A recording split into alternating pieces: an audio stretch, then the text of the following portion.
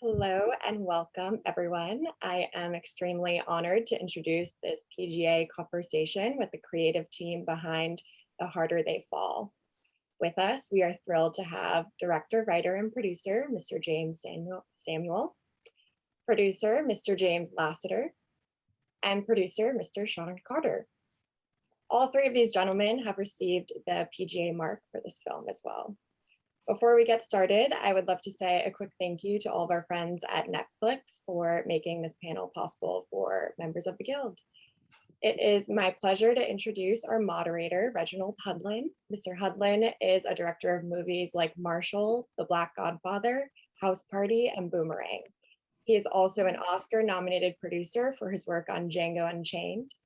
He just produced the Emmy Awards for the second time and has also produced the Oscars and the NAACP Image Awards. He has served on the board of the Motion Picture Academy and the Producers Guild. Thank you all so much for being here. And Reggie, I will turn it over to you. Thank you so much, Diana. I'm very excited to have this conversation with you all. I remember when I first saw the trailer for The Harder They Fall, and I have rules, right? We all have rules in what we do. And I know there's a lot of Black people who are always very reluctant to do period films. They go, well, there's nothing good that happened to Black people before 1980, so let's avoid that. And I disagree with that attitude. I think you can tell those stories, but the key is foot to ass must be applied for 85 to 90 minutes of the time. And the minute I saw that trailer, I'm like, this is my kind of movie. This is going to be foot to ass the whole time, and I can't wait. So right. When they said, hey, you can moderate the conversation, I was like, well, that means I get to see it early, right? And they said, yeah. I said, okay, let's do that. So I saw the movie, and I want to congratulate all of you. And I just want to say, this is an amazing first film for you. Congratulations. I'm sorry you weren't able to get any high-profile producers to work on the movie with you. That's right. But I mean, but it's I know you've had a long, fruitful, creative relationships with all these gentlemen. So just tell the story of how the movie happened. Well, the film The Harder They Fall has been in my head for what seems like centuries. But it became real for me maybe over 10 years ago when I started like sketching it out and writing it out. And Jay and I have been friends for over 10 years. We're always collaborating. And I think about a decade ago, I made a short film which Jay and I were both cooking on, and I released it on Tidal. It was a Western called They Die by Dawn, and that was like my first foray into the Old West. And Jay put that out through his on his streaming service Tidal at the time. It was the only place it was available. And it was then I started writing The Harder They Fall. And because Jay and I always collaborate, we did the Great Gatsby together. There's a rapper called Jay Electronica we've done set. And so we're always just in tandem and like cooking up stuff. When I started writing the script, we were going back and forth. So he was kind of always, it was like a natural progression. It was never a thing that he wasn't a part of. It was just a case of, okay, then when I finally finished the scripts, and then, when everyone's in the right place where it could then be made, we'll make it.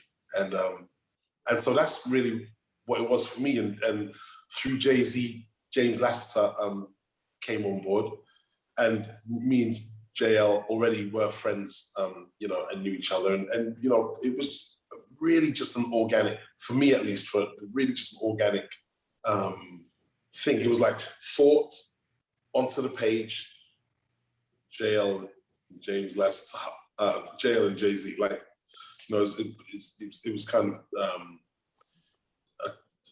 just a straight line. Well, it's a beautiful thing just to see your three heads on this Zoom makes me feel good. Like, oh, this is how it should be. Now this is actually happening. This is a thing of absolute beauty. Now, so you have this bug about making a Western. So why Western for you? Why that genre? One, like, I love cinema, right? I love cinema. I love all types of films, and I mean absolutely love them. I would watch like 3 films a day. The horrible thing about being grown up and becoming a professional is I can't watch as many films a day as I do. I'd be in 3 films a day as a child. And when I got older, there's like a steady diet of 2 films a day. Now, like, so I love films, but Westerns were always my favorite genre. They were always on TV as a kid, just in the background. It was almost like background music. The old shows, like the reruns of them, High Chaparral and Bonanza, and just all of these from those shows to the actual movies. And my parents used to love Westerns. I loved them so much, Reginald. But I was always wondering, like, why, when women are in Westerns, they're always subservient. Their storyline is always subservient to a man, and they can't fall away from those tropes. Even if you want something, as kind of nuanced as John Crawford and Johnny Guitar, right? Okay, you stay with the storyline long enough, it's going to veer off into like some kind of subservient to a man tropes or something, right? And when they showed people of color, they were always treated less than human, and subservience would be a compliment to how those people were always treated. So just getting older, I would go and research more. I want to see more about the Old West, this genre I love so much, but was just feeding me. It was almost like I was being fed food through a straw. I know there's more on the plate than what you're giving me. And so I would just learn more about it until at the age of 14, 15, 16. I would venture to learn more about what that time period was like. And I'll find all of these rich characters: Cherokee Bill, Stagecoach Mary, Trudy, Gertrude Smith, Bill Pickett, Nat Love, and all of these characters that I've never been taught about and I've never been shown on screen from Hollywood. So that's what made me decide. It wasn't even a case of me deciding to do that as a film. That's what informed me, kind of to inform the first movie that I was gonna make. Just to bring balance to the force, as it were, and show a broader scope of what I've been given. Well, it's amazing. You really do have the Avengers of real life Black Western heroes on the movie. I was like, oh, they got everybody. So it was wonderful just to see those character names on the screen. Remember when I first came to Los Angeles, I went to the Bill Pickett rodeo that they have, and I just thought, this is all great. So it's a wonderful thing. I also want to stop, because you mentioned Jay Electronica earlier. So I really want to thank Shawn for doing the impossible and getting him to finish the album, put it out. That was my favorite album of that year. I just kept playing it, and I actually got my son on board. I'm like, see, this is, son, let daddy show you, give you some good taste. This is what it is. So I appreciate that. So this was quite an adventure for you to work with Jeymes and shepherd this project. Shawn, tell me about your adventure in doing this from the producing side.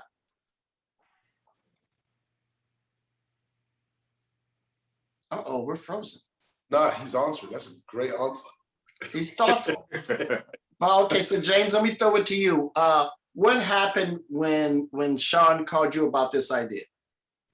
Well, usually, like, Jay has amazing instincts. So usually if Jay calls me about something, it's not even a second thought. It's like, let's go. And he's done that in the past, like with things like Fela on Broadway. It's just, I haven't seen it at the public. He told me about it, and it's just, let's go. So when he told me about this, it gave me a pause, because unlike Jeymes, Westerns just growing up weren't my thing. I didn't love Westerns like Jeymes, but I love story. So when I read the script, I said, this is amazing. But can this guy pull it off? Because I'd known Jeymes from a decade ago, but I knew him as Seal's little brother. And as a music producer, and I'm like, this is really heady stuff. You know, this is, you know, high wire stuff. Like, can this guy do this? And it takes 5 minutes with Jeymes that it's not even, can he do it? It is, he thought this thing through, like, in and out, higher, surface, heady. I mean, he had it all. Jeymes is so impressive. He was so knowledgeable about the story, so knowledgeable about the past. And on top of that, like you mentioned, these are real life characters that that don't get their due. Like, I know about Bass Reeves, I know about Nat Love. I brought Jeymes to my office and I had this big poster of a Western from, I think, the 20s or 30s called The Crimson Skull. And with Bill Pickett, the actual Bill Pickett was in it. Mm-hmm. And it blew James's mind. And we just start rapping about it and rapping. And I got a peek into kind of his head and his vision. And at that point, I was like, not only does he have it, this guy's the real deal. And once again, Jay's instincts were spot on. Awesome. Glad to have you back, Shawn. So talk to me about when you decided to, you know, really take on the reins of producing and to pull this thing through. Tell me about your journey on this. Sorry, my iPad overheated. Mm-hmm. Yeah, I guess you know, Jeymes and I, we always having discussions. Both Jeymes, we always talk music and film. It was just really a matter of making it official. It's just like, it was always a natural thing for us. We're always talking about music, always creating. When the opportunity came up to do The Great Gatsby, the first person I thought of was Jeymes Samuel. And you know, we went and did that, and then Jeymes and JL and I worked on a remake of Annie previously. So we were always like circling around and always like, again, this is our life. Like, we sit around and we love this. Like, we love talking music and talking film. And, you know, the opportunity came up, and JL and I created a partnership. And of course, the first person we was going to go to is Jeymes, because, you know, again, he's such a visionary, and it's just natural because we're always around each other, just, you know, pulling these references and talking about film in a way that, you know, it goes deep. It goes deep to you know, from every genre, as you see, you know, to take on a Black Westerns wouldn't be typical for, well, one wouldn't think would be typical for us, a genre that we would tackle, but it seemed natural because we're just really telling the story. The setting is the setting, right? And we love the opportunity to broaden the scope and to show that, you know, 1 in 3 cowboys are Black.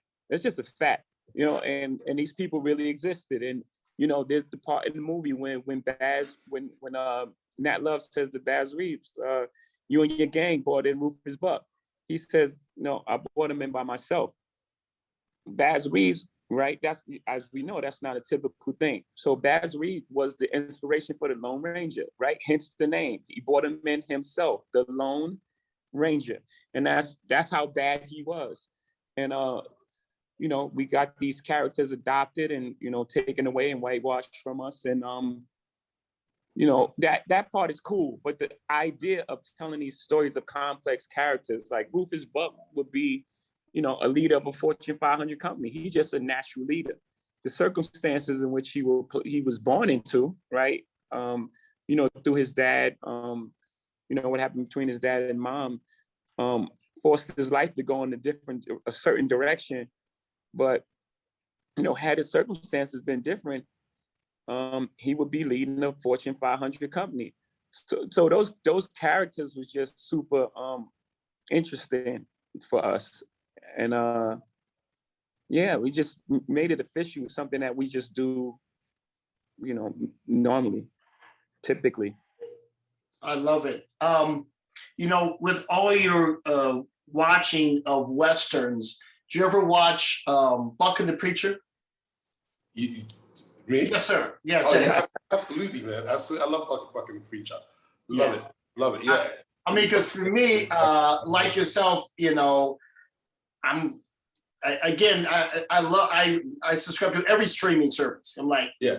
Now I can, you know, if only like you, this damn day job is stopping me from now rewatching movies.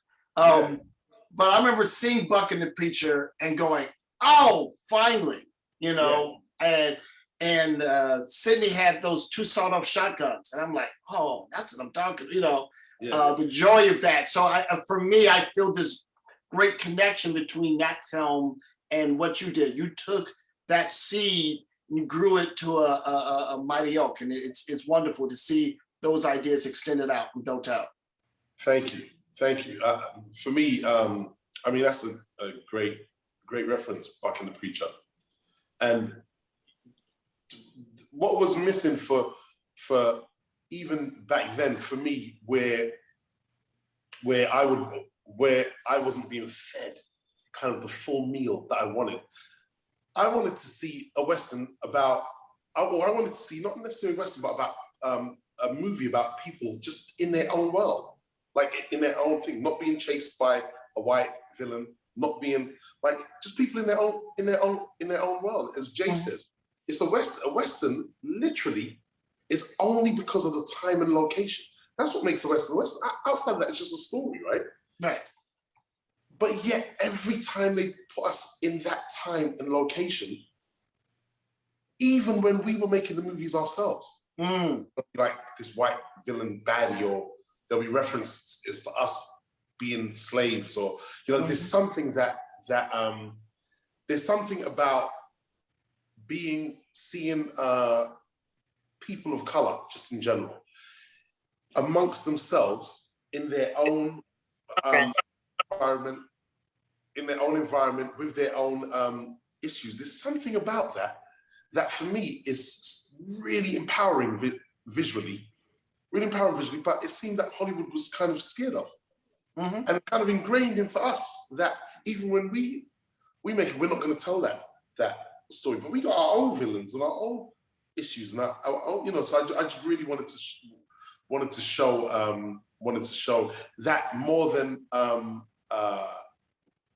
reference a particular movie, but there are things that are not even accidental, right? They're ingrained in me, like what you was talking about, the guns of Buck and the Preacher, or if you go back to I think it was the 30s, there's a film called The Bronze Buckaroo, right? Bronze Buckaroo, Herb Jeffries, and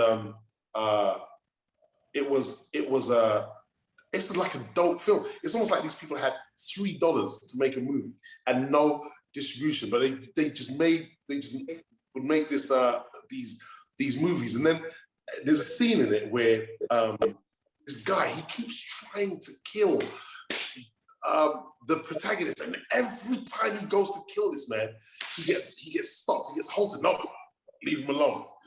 And one time he goes, and he looks at the guy and he goes, in case I forget, please remind me to kill you. So when I made Day Die by Dawn, the short film, I cast Isaiah Washington as Ben Hodges and Michael K. Williams as Nat Love, right? And Ben Hodges got stopped from killing Nat Love, and he leans over to him and he goes, it was me paying homage to the Bronze Buckaroo. In case I forget, please remind me to kill you. I think it's such a bar that even when those guys had like $3.37 to make a movie, they'll still come with bars that I would remember almost 100 years later. You know what I mean? And so there's always little references from other things that kind of stick with me, especially things like Buck and the Preacher. I love that you referenced Bronze Buckaroo. Herb Jeffries is an amazing guy, because when he passed, it came out that he was passing for Black. Yeah, that he wasn't even. When they go like, there was films like with black cowboys and black troops. Back then, he wasn't actually. It turned out that he wasn't actually black, right? Like, and he kept his background dubious because he was making money out here, like from this community, right? He was like, shh, but It's working out. It's working out. I'd be an extra in Hollywood. This is going good. Exactly. To me, which goes even further to say, like, The Harder They Fall is the first of its kind. Like, it's the first. I don't mean like with an all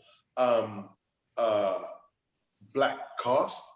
I don't mean that, but just even with regards to the story and the content and the music, the score, like literally, like all of the intent, and to not show us in any form of subservience is really was really my biggest mission. I can't complain if I can contribute. I can't critique if I can create. You know what I mean? Yeah, I think that stance, and I'm glad you articulated, because it's a very inherently empowering thing that an audience may not be conscious of, but they feel it, right? They feel the freedom of all the characters, which makes you be able to not be distracted by that and just go, I'm enjoying my Western. I'm enjoying Exactly. No, very, very, very powerful, guys. And it's a beautiful thing. And, you know, and I saw other references like the showdown between the two ladies in Act 3. You know, you're in the area where they're dyeing fabrics. And I'm like, did you get that from Raise the Red Lantern? I mean, because I was like, wait a minute. I have seen that in a Kung Fu film. And I'm like, I respect it. That's a beautiful sample if that's where it came from. Or you came from it on your own. I'm just asking. And even though I love that movie, but JL can speak more to that. You know, like one thing with Jeymes Lassiter, this guy is like really meticulous when it comes to detail, and he's humble when he's speaking about it because he doesn't say. Where you see the Crimson Hood gang, right? That was really Jeymes Lassiter's idea. When he was telling me about the Crimson Skull, we were talking about it, and this and that and the other. We were both like, Crimson Hood gang, and we put them in the thing, and that's what comes from cooking with Jeymes Lassiter, and the dye, the fabric, the dyeing of the fabrics behind Main Street, right, came from like conversations with Jeymes Lassiter and Martin Wiss, our production designer, and JL was really had a really connection to the story that's taking place behind the story, like behind the town, because that speaks as much to who these people are as the actual words and the dialogue and the tale I'm telling. But what's going on and what they do in their daytime, and how the town kind of makes its money, and so it was really more that stuff. But you can speak to that, JL, like the thought process behind. Well, that's exactly it. And to answer your question, Reggie, it wasn't a nod to an homage or an homage to another movie. That's something that our production designer came up with. Just the look and feel of it. But we did discuss that part of the industry, because what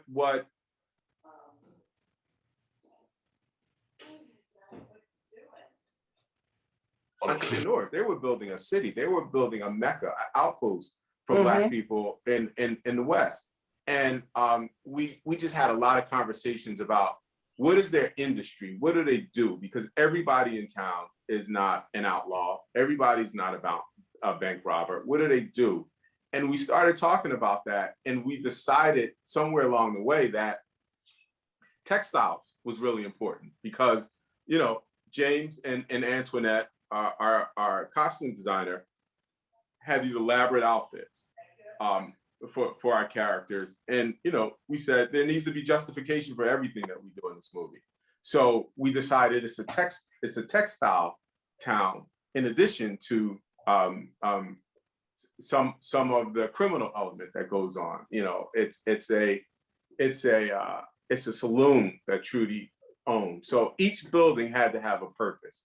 And once Martin started sketching out what the dye room and the textile room would look like, Jeymes just, you know, in his wisdom just said, that's what we're having, this Mary Trudy fight, you know. And the Mary Trudy fight was really important to us, particularly Jeymes. Jeymes had a real vision for what that fight can be, because it was important that these women are individuals and stand alone and entrepreneurs. So bringing all that together, to have it in that location with those colors, it actually was perfect. But we like to think we came up with that on our own. I wasn't familiar with the other movie. No. And look, it wouldn't matter to me either way. I love hearing the orchestra because, I mean, you know, look, you've done this a million times, JL. You know, the locations for the third act resolution, it's always a tough location to figure out. And like, right. how do you like, oh, let's not do the warehouse on the edge of town. I mean, like, you know, like there's so many cliches in that arena. So to find something that's, you know, stylish and inventive and colorful, you know, and particularly in contrast to the, you know, white town, which is literally washed out. It was just invigorating to me, and just a really great choice amongst many great production design choices that you guys made. But that one was really exceptional. I just want to give you the props for that, because it was very well done. Thank you. Thank you. Thank you. Let's talk about this unbelievable cast that you guys put together. So tell me about the process of assembling all those folks. For me, it was one, the characters that I put into the story, Rufus Buck, Cherokee Bill, Nat Love, State Charge Mary, Gertrude Smith, are such larger than life characters for me.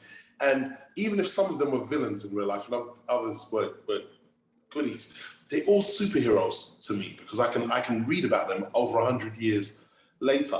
And what makes them heroes to me is that they give me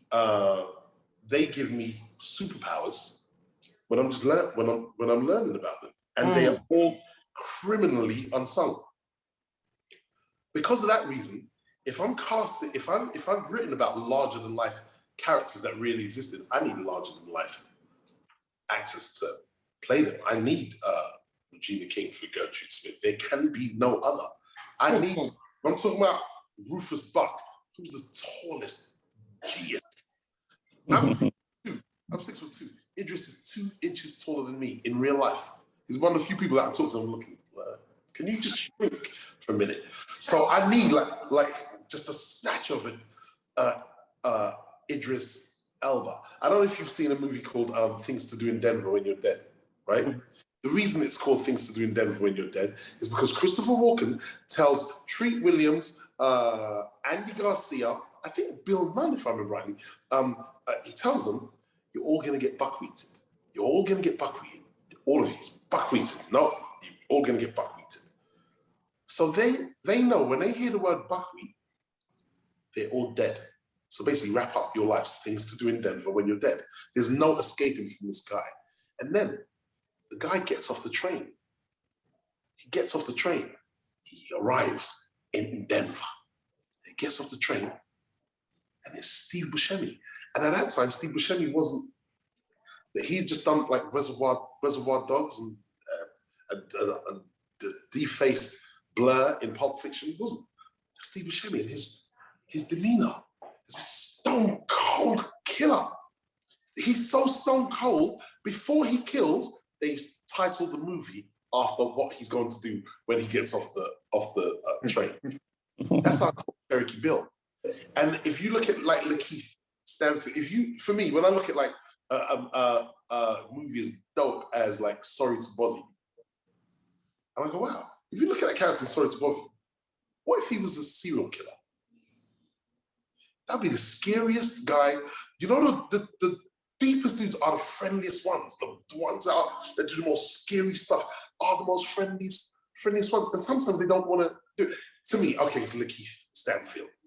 Like Lakeith, he embodies a person that is dealing with with pain, heartache, doesn't really want violence, and he'll tell you that he doesn't want to kill you before he kills you. But because you misbehave, why does it always have to be one hero, right? Before you misbehave, or as soon as you misbehave, you know, basically, you wrap up the things you need to do in Denver. You die. So I was just like, okay, like we need the, and then it was just a case of connecting with these characters, and not all of them have to be famous, right, or well known. Like say an R.J. Kyler, who's done a lot of stellar work, but it's not like he's known to all audiences. But he's a larger than life character. I feel his presence. Or Danielle Deadwyler, who plays Cuffy, Jonathan Majors, who plays Nat Love, and going against these well-known faces. But you know, I wanted to cast, and I think we all did, wanted to cast according to the strength of the characters on the page. You need superheroes to play superheroes. Yes, indeed, and I agree with you. I loved meeting, you know, all the wonderful new actors in the movie as much as seeing, you know, my favorites. You know, I was like, oh, who's that young man? Who's that young lady? Boy, they are really, they're holding their own in a hell of a room, right? And then this Murderer's Row, they're standing up.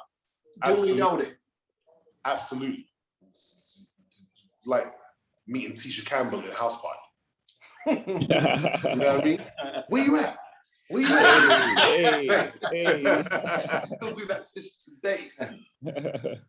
But Reggie, in addition to that, you know, Jeymes and Jay were bold enough to cast Deon Cole, where he's known as a comedian. He's on Blackish every week, and we think about him one way, but they saw something really specific in the actor Deon, where Jeymes was like, that's him. That's our Wiley Esco. And you know, while others like thought, really? Deon, you think he can do it? Immediately, they're like, no. He's our guy. He can do it. And he killed it. Yeah, he killed it. You embraced it. You embraced it immediately as well, JL. Like we were. I think why I was fortunate is because, as you can see from this court, I'm dealing with two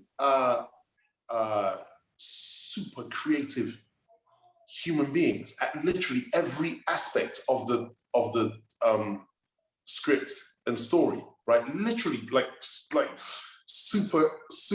creative. So JL would look at the script, right, and he would it gets to the point where I actually hate that he's right, right? He would say something like, "Well, that person has to die then." No, he doesn't have like no, he doesn't have to die. Jeymes, if blah blah blah blah blah blah blah blah blah for the audience, he needs to die. Okay, just look at this. And it's such a beautiful thing. It's the comment when I'm working with Shawn and JL. Reggie, it's like being at home when I was 10 or 11, 12, speaking about stuff with my sisters and brothers. Like, okay, what we did, it is literally exactly the same thing. The way the universe has designed my life. He gave me two guys that are exactly the same, it give me the exact same creative inspiration that I had as a kid growing up. But I was like, when I get older, I'm gonna make a also, I'll say, a crazy thing about Jay-Z is that he's a cinephile, right? He's a cinephile. I tell this to everyone because people always say, "Oh, what was it like working with Jay-Z on the music?" I'm like, the music, that was the last thing. I'll actually go as far as to say we didn't work an inch on the music. It's not work to us. That's breathing. Like I call Jay. Jay would call me and he goes, like, once a week, he'll go, "You by yourself?" That means he's going to give me the bars of life. Wait, Reggie, so much so that now I have to lie because I need the bars. And a lot of times I'm not by myself. People I'm popular now, right? So he goes, "You by yourself?" He'll just give me these bars. He's just written, okay, but that's not the harder they fall. Jay-Z is a cinephile. He loves movies. From his first album, from Reasonable Doubt, it's all cinematic references. Watch this. Doing Carter. You think you're big time? You gonna die? Big time. Here come the pain. Let's go to him quoting your movie, Reggie, on Blueprint. Ain't no love in the heart of the city. What's the first line? First the fat boys break up. Now every day I wake up, somebody got a problem. First the fat boys break up. And now this, Chris Rock, Velvet, Boomerang. My point is, his brain, when it comes to film, is ridiculously deep, and his knowledge of it, and his knowledge of story. So between JL and Jay-Z, I could not put a foot wrong. If I be stuck on why doesn't the guy pull out his gun, I'll call Jay and he'll tell me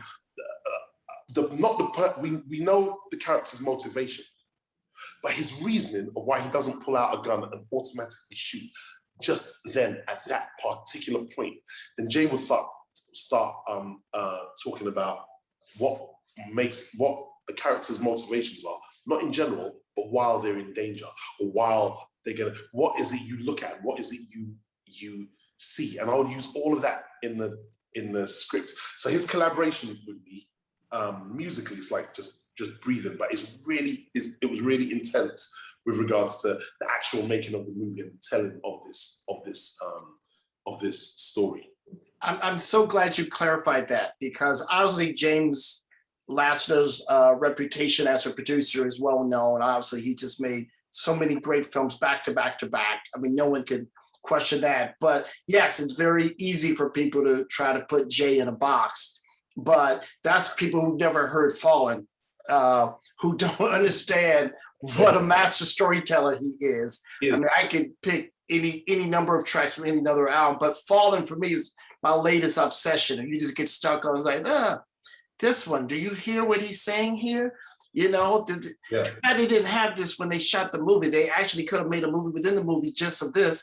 Anyway, all that to say, what's beautiful about this, all you guys have the p.g.a mark. All of you describe a very unique dynamic in terms of producing this movie together, because there was an organic relationship between the three of you, right? This wasn't a shotgun marriage where people are being put together, right? Yeah. You came together and you just played in the sandbox. And that's a rare circumstance for a movie to get made, right? Particularly on the scale that you guys are doing it. You're not saying we each can put 5,000 on it. You know,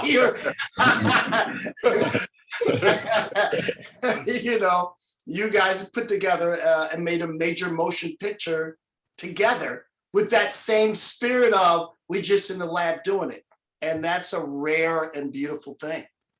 Yeah, yesterday, Jeymes, JL, we was waiting to start the screening, and he just said, we just talking shop, and he was like, man, this is fun.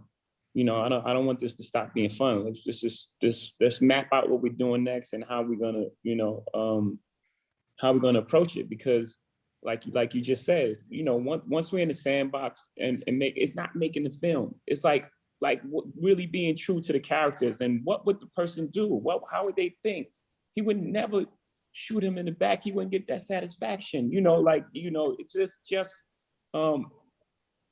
making what you want to see. I guess creating what you want to see as opposed to creating something that's aimed at a particular audience or aimed at, you know, pleasing something. You know, we're actually trying to impress each other. We're trying to impress each other with, you know, the things we come up with. Oh, I got an idea today. This one's gonna get everybody. You know, and it's like, Jeymes came up with a great one. And then it hurts, you know, when it's so good, it hurts. It's like, ooh, that was a good one. Yeah. You know? So, you know, staying like that and being childlike in the approach. Absolutely. That's the whole thing. Well, guys, thank you for making this movie. In the old days, and JL knows this, in the early days of kind of the modern Black film movement, everybody was dependent on each other, right? Like, okay, you know, it's like your movie was #1 at the box office. That means my movie got greenlit on Monday, right? And we each, you know, Right. and if somebody failed, that was it. Your movie got canceled, right? It was like, oh, that was fun. That was 5 steps. So, and I mean, you know, the minute, like I said, the minute I saw your trailer, I was like, okay, you know, Django got the ball rolling, but this is really will start the Black Western movement of doing a lot of movies. But whether you do a Western, because, you know, we saw that Regina King was still alive, you know, but I'm excited about all the things you guys are going to do. And I appreciate that. I look forward to all the movies you guys are making. So thank you for making this, and you know, go back to work. You're done. Enough of this. Enough talking. That's right. Go back to the lab. Reginald. Thank Yeah. you, man. The Thank Harder you, They guys. Fall is one of the movies that when you tell your friend about it, you go, you by yourself? That's good. Well, thank you so much. Good All man. right. Thank you guys. All right. All right. Thanks, man. All right. Peace. Good man.